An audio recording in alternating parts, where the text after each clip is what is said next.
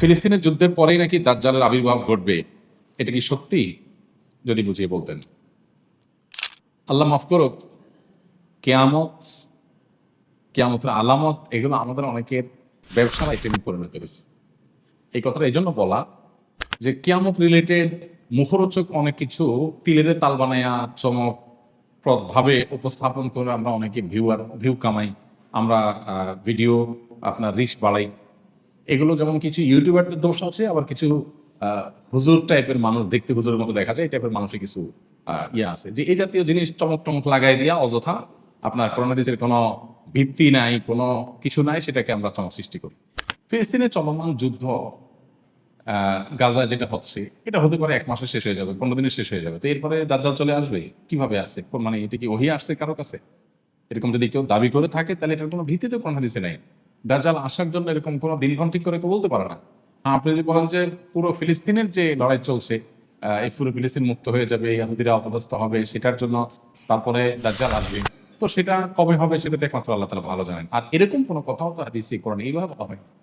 দেখুন, দাজ্জাল কখন আসবে, তার আসার আগে পৃথিবীর অবস্থা কি থাকবে, সে বিষয়ে কোরআন হাদিস থেকে বিভিন্ন আলামত, বিভিন্ন আপনার নিদর্শনের কথা আমরা জানি। কিয়ামতের বহু আলামত আছে, 141টা ছোট বড় আলামতের কথা বিভিন্ন বইয়ে ওলামা ইকরাম অনেকে সংকলন করেছেন। শেখ মোহাম্মদ আল আরিফি একটা বই সংকলন করেছেন, সেখানে 141টা আলামতের কথা বলেছেন। 10টা বড় আলামত আর 131টা হলো ছোট আলামত। ছোট আলামত বলতে যেগুলো অনেক আগে থেকে ঘটবে। এই আলামতগুলো বেশিরভাগই ঘটে গেছে। দাজ্জাল আসার আগে, ইমাম মাহদী আসার আগে পৃথিবী জুলুমে পরিপূর্ণ হবে। ইমাম মাহদী আসার আগে বিশেষ করে পুরো পৃথিবী জুলুমে পরিপূর্ণ হয়ে যাবে, কোথাও ইনসাফ বলতে কিছু থাকবে না।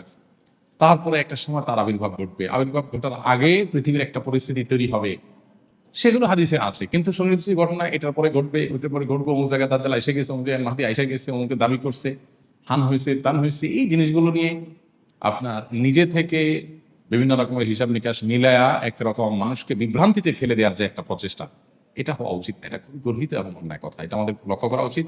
অতএব মানে চলমান যে ফিলিস্তিনের যুদ্ধ যেটা গাজায় হচ্ছে, এটার পরপরই দাজ্জাল আবির্ভাব ঘটবে এবং কোনো কথা আমার জানা নেই, কোরআন হাদিসের কোনো কথা বলা হয়েছে বলে আমি জানি না। অতএব কেউ যদি বলে এটা তার দায়ী। আমার 3টি সন্তান, তবে হ্যাঁ এটা ঠিক যে দাজ্জাল আসার আগে পৃথিবীতে দাজ্জালের আলোচনা উঠে যাবে।